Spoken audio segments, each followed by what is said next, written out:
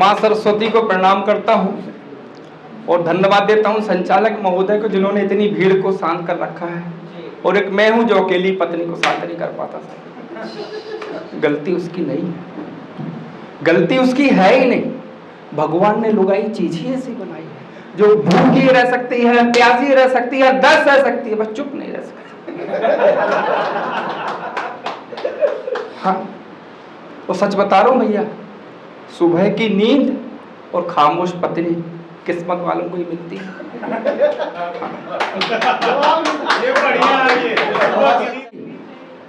सिर्फ एक जगह चुप रहेगी, अगर वहां चुप नहीं रही तो उसका पूरा काम खराब हो सकता है, पूरा समय बर्बाद जाएगा, पूरा पैसा बर्बाद जाएगा।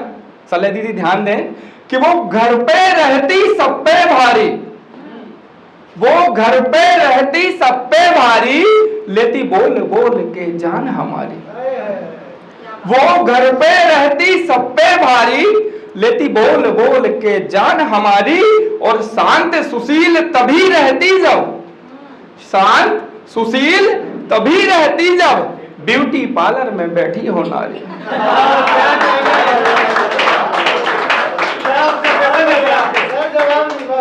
मैं धन्यवाद देता हूं विशाल भाई को, इतनी इज्जत से मुझे बुलाया।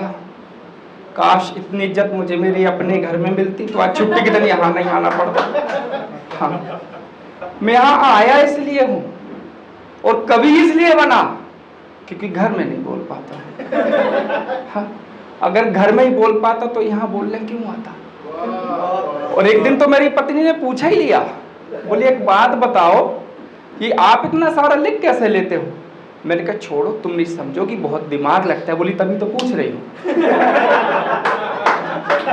बोले अच्छा छोड़ो, आप इतना लिखते हो, जगह जगह जाते हो, हास्य लिखते हो, श्रृंगार लिखते हो, राजनीति पे लिखते हो, कभी हमारे ऊपर लिखो, हमारी भी तारीफ करो।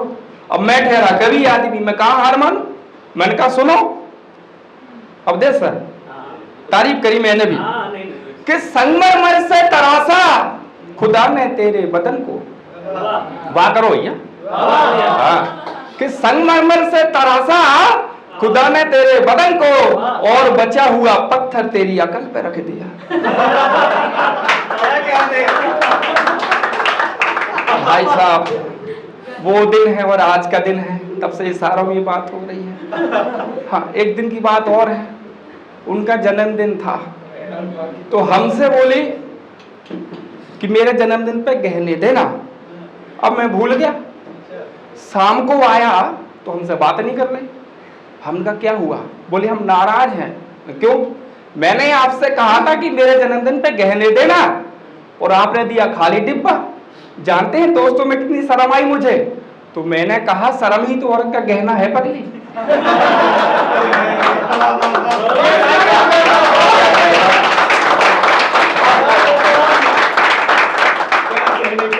तमाम शायर आए, कवि आए, श्रृंगार की बात हुई, प्यार मोहब्बत की बात हुई भाई साहब। लेकिन मैं बता दूं, मेरा प्यार मोहब्बत से दूर दूर का कोई लेना देना नहीं। प्यार सबसे नफरत है। क्यों, साबित करता हूं कि वो जो कहती थी कि मैं मर जाऊंगी तुम्हारे बिना, हमने भी मोहब्बत करी थी। वो जो कहती थी कि मैं मर जाऊंगी तुम्हारे बिना और कल ही तीसरा बच्चा हुआ उसका, वो भी हमारे बिना। क्या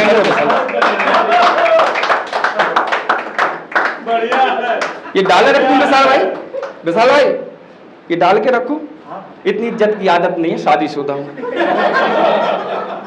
हाँ, बढ़िया, बहुत बढ़िया, बहुत बढ़िया। कि वो जो कहती थी कि मैं मर जाऊंगी तुम्हारे बिना और कल ही तीसरा बच्चा हुआ उसका हमारे बिना। इसलिए कहता हूं ये इश्क नहीं आसान, बस इतना समझ लीजिए। ये इश्क नहीं आसान, बस इतना समझ लीजिए, और ठेंगा समझना आएगा चाहे जितना समझ लीजिए।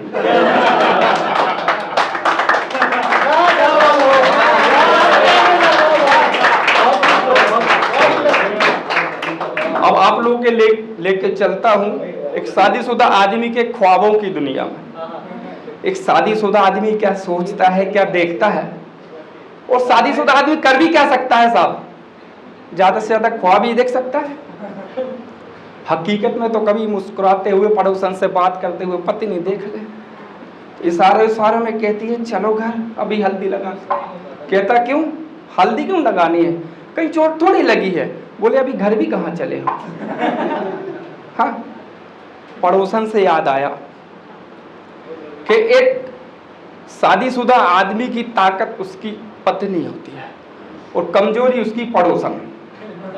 तो यहां से कविता से जुड़े कि ख्वाब में देख रहा था उसको, एक शादीशुदा आदमी ख्वाब देख रहा है, ख्वाब में देख रहा था उसको, नींद अचानक टूट गई। ख्वाब में देख रहा था उसको, नींद अचानक टूट गई। सपनों की हसीन दुनिया मेरी फिर वहीं पर छूट गई। अभी जो कुंवारे बैठे हैं वो ध्यान से सुने, अगली पंक्तियों के मतलब की बात है कि धीरे से था बुलाया मुझको, धीरे से था बुलाया मुझको, प्यार से फिर सहलाया मुझको।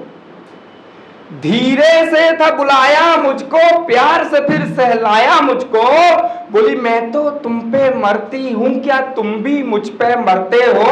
छोड़ो बीबी की चिंता, तुम क्यों बीबी से डरते हो। बस इतना कह दो मुझसे कि प्यार मुझी से करते हो। हाँ कहना था मुझको भी उसको, हाँ कहना था मुझको भी उसको, राह वहीं पर रूठ गई। ख्वाब में देख रहा था उसको, नींद अचानक टूट गई। सपनों की हसीन दुनिया मेरी फिर वहीं पर छूट गई। जो भी चल रहा है ख्वाब में चल रहा है भाई साहब। और आप लोगों से विनम्र निवेदन है जो पुरुष वर्ग बैठे हैं कि ये मेरी कल्पना मात्र है, इस पर जरा सा भी अमल करने की कोशिश नहीं करना, क्योंकि मैं तो सुना के चला जाऊंगा, पर आप लोग की बाकी व्यवस्थाओं में व्यवधान आ सकता है। और बाकी प्रभु की माया कहीं धूप कहीं छाया। और अगर करना है अनुभव के साथ करना। जैसे हमारे अवधेश भैया, एक दिन मैंने इनसे पूछ लिया, मैंने कहा अवधेश भैया प्यार शादी से पहले करना चाहिए बाद में करना चाहिए। मैंने पूछा, मैंने कहा भैया प्यार शादी से पहले करना चाहिए या बाद करना चाहिए।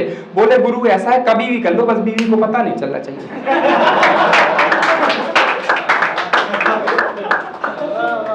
ख्वाब चल रहा था और ख्वाब से याद आया कि पड़ोसी कैसे होना चाहिए। ध्यान देना विशाल, तुम्हारे काम आएगी पड़ोसी कैसे होना चाहिए। हाँ। कि ख्वाबों से ही आस रखो, ख्वाबों से ही आस रखो, जिंदा अपने एहसास रखो। सपने हमेशा दिखना चाहिए। ख्वाबों से ही आस रखो, जिंदा अपने एहसास रखो, और जो खुद चलकर आ जाए पड़ोसन ऐसी खास रखो।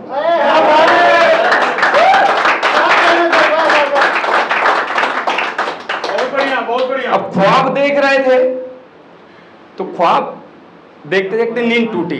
तो आप सबकी जानकारी के लिए बता दूं कि नींद टूटी नहीं, नींद जानबूझ के तोड़ी गई। अब किसने तोड़ी आप समझ जाइए। चाय का कप देते हुए पत्नी बोली चाय पी लो। और क्या बोलती हैं आप लोग सुने कि माना कि नींद में थे मगर चेहरे पे रौनक आई थी।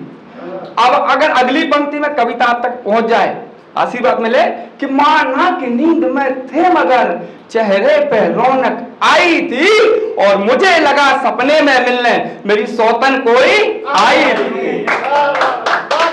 ज्यादा कुछ सोचे बिना मैंने नींद से तुमको जगा दिया, ख्वाब में देख रहे थे जिसको पल भर में उसको भगा दिया।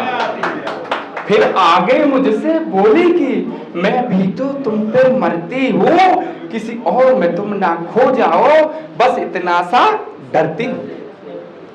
और कोशिश कर लो चाहे जितनी, धोखा तुम्हें ना देने दूंगी। ख्वाब में भी तुम चाहो पर किसी और का मैं ना होने दूंगी। मैंने भी यही बस चाहा है कि मैं ही बनी परछाई रहूं, ख्वाब हो या हो हकीकत तन मन में मैं ही छाई रहूं। तो नींद टूटी नहीं, नींद टूटी नहीं, तोड़ाई गई। दुनिया छूटी नहीं, छुड़ाई गई। चाय के बहाने से पत्नी मेरे सपनों की दुनिया लूट गई।